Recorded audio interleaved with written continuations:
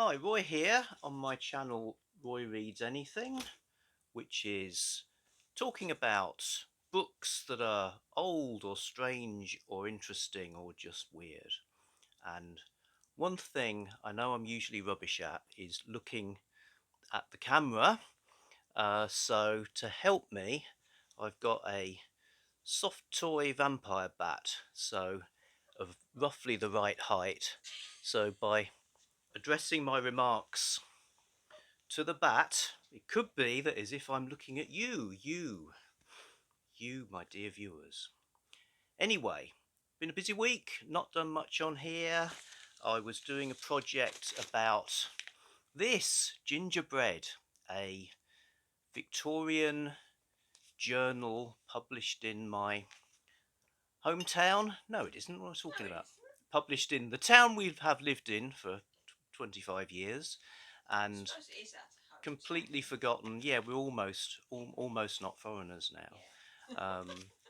Could well be that the my eyes are the first that have alighted on it for like 100 years. So my obsession has been Gingerbread, a somewhat satirical journal of the doings of Ormskirk in Victorian times.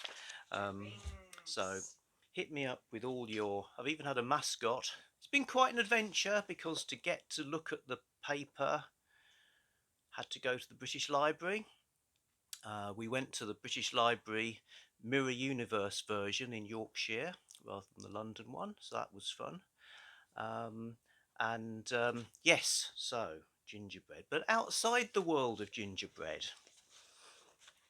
because there is one, little bit of reading which has tended to be short stories and things that have arrived, welcome arrivals in our home in the past few weeks include Occult Detective Magazine, Occult Detective issue 9, and I'm always delighted when these land on the mat because it's a fabulous thing if you're at all interested, as I am, in the occult detective genre. You get loads of fiction, you get articles, reviews, interviews, all sorts of stuff. So it's probably an example of where a fairly specialized genre is really getting the treatment it deserves by people who treat this as a labor of love. So uh, it's an indie publisher. Um, Buying it is a great thing to do because you're supporting not only independent publishers but also the writers, the artists. I suppose even the advertisers in it, who tend to be other indie publishers, benefit from our eye power going onto it. It is all about the eye power.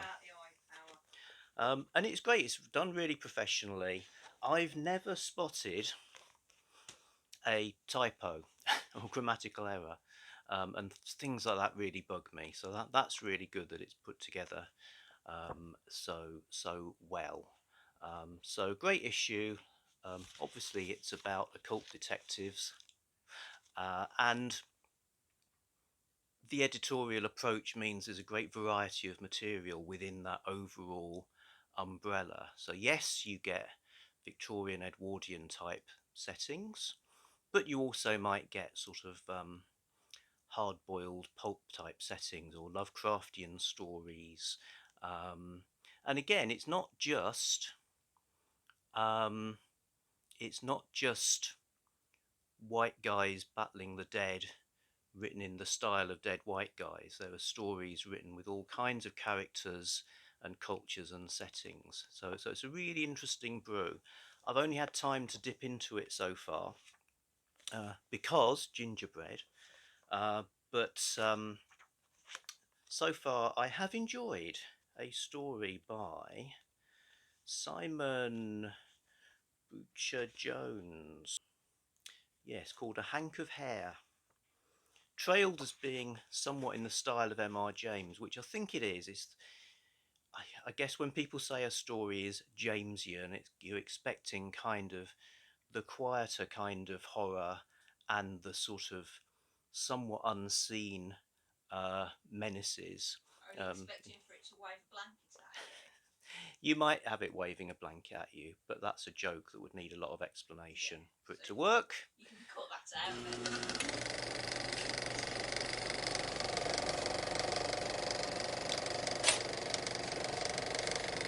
So I guess when people say a story is in the style of M.R. James, you can expect the kind of the quieter horror, the sort of semi-unseen menaces, and you certainly get that. Although I really like this story too, that's set in a boys' school, sort of classic ghost story setting, because it's set in the universe of the occult detectives. So you get name checks for some of the other ones like Karnaki the Ghost Finder. So I like that doubly. So yes, Occult Detective Magazine. It's on Kindle. It's on paper. 100% recommended.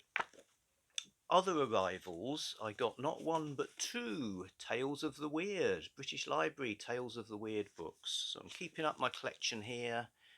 Done video about these before. And I know there's a whole load on their way as well. Um, so in the post, The Ways of Ghosts and Other Dark Tales by Ambrose Bierce. Ambrose Bierce, one of America's leading writers of the 19th century, seen by contemporaries as a successor to Edgar Allan Poe, with an authentic grasp of horror based on his experiences fighting for the Union in the American Civil War. Despite his contributions to the genre of supernatural and weird tales, today his name remains unknown to many readers. I vaguely remember Ambrose Bierce being in some ancient ghost story collections that were like around the house when I was growing up. And I have read one. I have read the Carcosa story, An Inhabitant of Carcosa, because Carcosa was part of the mythology of that True Detective television series that was on a few years ago, which at the time I was, deeply enjoyed that, and found this original story, which is a kind of weird fantasy, quite unsettling tale. I think Ambrose Bierce is known for his kind of ironic writing and sort of misanthropy, and the strangeness of his life and death and eventual disappearance, all of which are explained by Mike Ashley in the introduction and afterword. And I read, what's it called? I read something. Devil's Dictionary? No, I mean in this collection. Oh, okay. Yeah, the Devil's Dictionary is famous for that, isn't he? Yeah. And I did think there was some of that kind of Beyond the Wall. That's right. Is a fairly straightforward ghost story, but really well written. And you do get some of that kind of witty irony in the text as well. Yeah, Ambrose Bierce. Looking forward to reading that. Then we've got The Flaw in the Crystal and Other Uncanny Stories by May Sinclair, also edited by Mike Ashley. Now, here's a writer I hadn't heard of at all. Tales of eternal damnation, love, sexuality, death, and supernatural talents form the core of May Sinclair's essential and groundbreaking oeuvre. Beautifully wrought and still thrilling today, her stories explore the strangeness at the heart of human experience and relationships, where the mundane and everyday meets lurking otherworldly weirdness. So, a writer who wrote lots of things, novels, etc., and supernatural is part of what she did. An English suffragist and prolific author. So, yeah, glad to make her acquaintance. The one I read, again, intro, really interesting. Um, the first story in the collection, Where Their Fire Is Not Quenched, was great, like really good. I probably would put this slightly higher up the TBR pile, to be honest, on the basis of that story, which is kind of, without giving away the whole thing, part of the horror comes from, if this is how the universe works, then we're really in trouble. I'll just say that it's great. It's got a woman's life, and it's got sort of her life in terms of relationships and how that plays out rather tragically, and then where that leads to, and then it goes off in a an angle you might not have expected. So yeah, May Sinclair. So Tales of the Weird continuing to deliver the good stuff.